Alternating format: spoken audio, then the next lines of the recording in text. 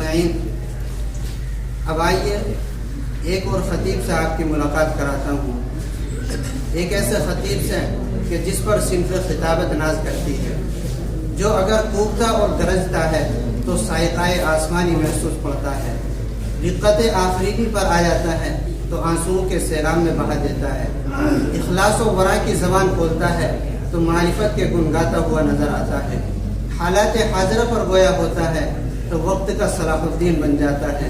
مراد من مولوی محمد نبی صلی اللہ علیہ وسلم موصوف سے گزارش تشریف لائے اور خطابت کی زرخیز فصلوں کی آگاہی۔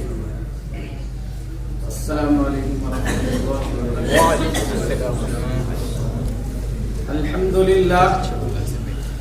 للہ لحضرت الجلالہ وصاحب الرسالہ، اما بعد، اعوذ باللہ من الشیطان الرجیم، بسم اللہ الرحمن الرحیم۔ قال اللہ تعالی: قل هل يستوي الذين يعلمون والذين لا يعلمون؟ وقال النبي صلى الله عليه وسلم: فضل العالم على العابد كفضل القمر ليلة البدر على سائر الكواكب۔ صدق اللہ العظیم۔ حیرت ہے کہ تعلیم و ترقی میں ہے پیچھے، حیرت ہے کہ تعلیم و ترقی میں ہے پیچھے، جس قوم کا آغاز ہی اقرا سے ہوا تھا۔ معزز سامعین اعظام اور ادھر ادھر سے تشریف لائے ہوئے مہمانان اعظام اور مشفق و مربی اساتذہ اکرام، آج میری تقریر کا موضوع سخن علم دین کی فضیلت اور اس کی اہمیت ہے۔ امید ہے آپ حضرات میری بات کو بغور سماعت فرمائیں گے اور دعا کیجئے کہ اللہ رب العزت مجھے صحیح بات کہنے کی توفیق عطا فرمائے۔ معزز سامعین اعظام، علم خواہ دینی ہو یا دنیاوی، انسان کو ترقی کی راہ دکھاتا ہے، کامیابی کا راز بتاتا ہے، رہنے سہنے کے آداب سکھاتا ہے اور مرنے جینے کا انداز بتاتا ہے۔ اور یہ بات یاد رکھو کہ دنیاوی علم صرف دنیا تک ہی محدود رہتا ہے اور اخروی علم انسان کو دنیا اور آخرت دونوں جگہ رسوائی و ذلت سے نجات دلاتا ہے اور عزت و شوکت عطا کرتا ہے۔ اور بالخصوص دین اسلام کے ساتھ علم کے تعلق کی انتہا یہ ہے کہ اس دور میں جسے دنیا زمانے جاہلیت کے نام سے جانتی تھی، امی اور ان پڑھ کے نام سے موسوم کرتی تھی، جہاں کے باشندے اللہ کی توحید سے ناآشنا تھے، جہاں کے افراد علم تکیہ قلم و کرتاس سے ناواقف تھے، اگر پورے مکہ میں قلم تلاش کیے جاتے تو 2-3 سے زائد ملنے کی امید نہ تھی، اگر لکھنے پڑھنے والوں کو شمار کیا جاتا تو ورقہ بن نوفل جیسے چند نفر کے سوا کوئی موجود نہ تھا۔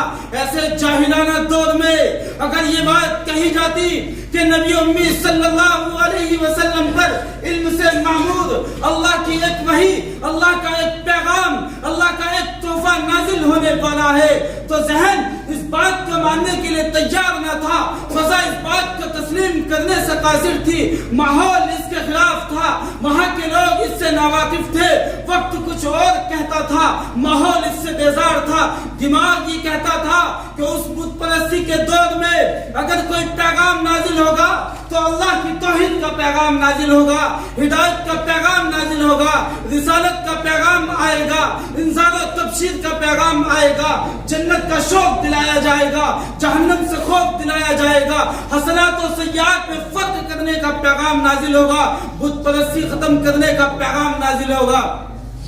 لیکن دنیا جانتی ہے کہ جب رب کا پہلا پیغام آتا ہے تو رب فرماتا ہے اقرأ بسم ربک الذی خلق، پڑھو اپنے رب کے نام سے جس نے پیدا کیا ہے۔ اور ظاہری بات ہے کہ پڑھنا وہی جانتا ہے جو علم جانتا ہو، پتہ چلا رب کا سب سے پہلا پیغام علم ہے۔ معزز سامعین اعظام، علم دین تو وہ چیز ہے جس کے جاننے والوں کی قرآن کریم خود تعریف کرتا ہے۔ قرآن کہتا ہے قل هل يستوي الذين يعلمون والذين لا يعلمون، کہ بتاؤ جاننے والے اور نہ جاننے والے برابر ہو سکتے ہیں؟ یعنی ہرگز نہیں ہو سکتے، بلکہ جاننے والوں کا مقام نہ جاننے والوں سے اعلیٰ اور بلند والا ہے. اور اسی پر بس نہیں بلکہ آگے چلیے قرآن کریم کہتا ہے بل یرفع اللہ الذین آمنوا منکم والذین اوتوا العلم درجات. اور اسی پر بس نہیں بلکہ آگے چلیے حدیث میں آپ نے ارشاد فرمایا ہے فضل العالم علی العابد کفضل القمر لیلۃ البدر علی سائر الکواکب. عالم کی فضیلت عابد پر ایسی ہے جیسا کہ 14ویں چاند کی رات کی فضیلت تمام ستاروں پر. میرے عزیز ساتھیوں اسی پر بس نہیں بلکہ علم دین حاصل کرنے والے کی تو بہت فضیلتیں ہیں. احادیث میں دیکھیے قرآن کریم میں دیکھیے حدیث میں آپ نے ارشاد فرمایا ہے کہ جو شخص علم دین حاصل کرتا ہے تو اس کے لیے زمین و آسمان اور ان میں رہنے سہنے اور بسنے والی تمام چیزیں یہاں تک کہ کیڑے مکوڑے اور سمندر کی مچھلیاں بھی علم حاصل کرنے والے کے لیے دعائیں مغفرت کرتی ہے. اس کے باوجود ہمارا حال یہ ہے کہ ہم انگریزوں کی چال میں پھنس کر ہم اپنے دین و معاشرت کو داغدار کر رہے ہیں. چاہیے تو یہ تھا کہ ہمارا دین صحابہ کے دین کے مانند ہوتا, ہمارا معاشرہ صحابہ کے معاشرے کے موافق ہوتا, ہمارا کردار صحابہ کے کیریکٹر کے مانند ہوتا, ہماری تہذیب مسلمانوں کی تہذیب ہوتی, ہماری سوسائٹی اسلام کی سوسائٹی کی مانند ہوتی. لیکن سب کچھ اس کے برعکس نظر آتا ہے. کسی شاعر نے کیا ہی خوب کہا ہے سمجھ میں کچھ نہیں آتا دنیا کا حساب الٹا. سمجھ میں کچھ نہیں آتا دنیا کا حساب الٹا. نصیحت کیجئے جس کو ملتا ہے جواب الٹا. میرا عزیز ساتھیوں حضرت ابو الاسود رحمۃ اللہ علیہ فرماتے ہیں کہ علم سے زیادہ کوئی شے عزت والی نہیں ہے. بادشاہ لوگوں پر حکومت کرتے ہیں اور علماء بادشاہوں پر حکومت کرتے ہیں. اور ایک حدیث میں آپ نے ارشاد فرمایا ہے کہ جو علم دین حاصل کرنے کے لیے اپنے گھر سے نکلا جب تک وہ علم دین حاصل کرتا رہے گا تو اس کا رہنا سہنا کھانا پینا اٹھنا بیٹھنا یہ تمام کی تمام چیزیں اللہ کے راستے میں شمار ہوگی. علم کی اہمیت کا اندازہ اس بات سے بھی لگایا جا سکتا ہے کہ اللہ تبارک و تعالیٰ نے آپ صلی اللہ علیہ وسلم کو حکم دیا ہے کہ تم علم میں اضافہ کرنے کی دعا کرو. اور ارشاد فرمایا وَقُلْ رَبِّ زِدْنِي عِلْمًا.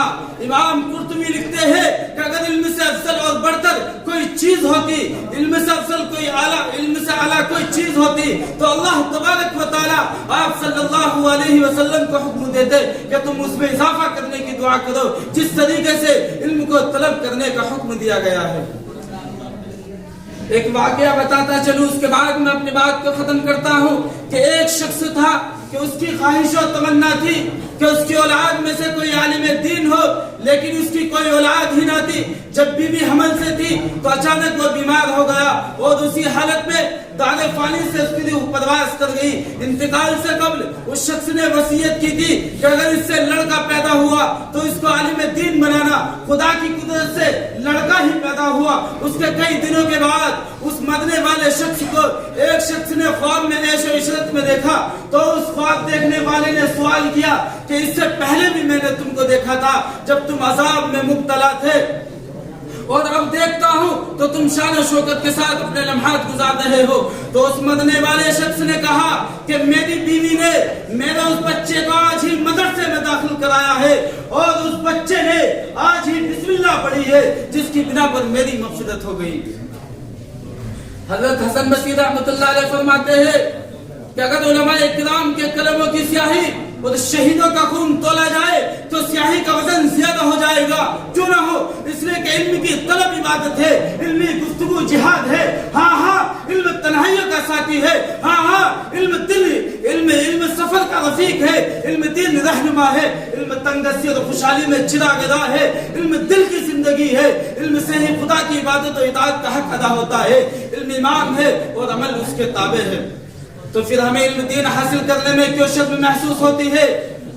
اس کی وجہ یہ ہو سکتی ہے کہ شیطان ہمارے دلوں میں وسوسے ڈالتا ہے یا ہمارے عزائم و ارادے کمزور پڑ گئے ہیں. کسی شاعر نے کیا ہی خوب کہا ہے جواں ہو عزم تو تارے بھی ٹوٹ سکتے ہیں, جواں ہو عزم تو تارے بھی ٹوٹ سکتے ہیں, کٹن نہیں ہے کوئی کام آدمی کے لیے. اللہ تبارک و تعالی ہم سب کو ان باتوں پر عمل کرنے کی توفیق عطا فرمائے. اور میں اپنی بات کو ان چند منٹوں کے اندر ختم کرتا ہوں. وما علینا الا البلاغ.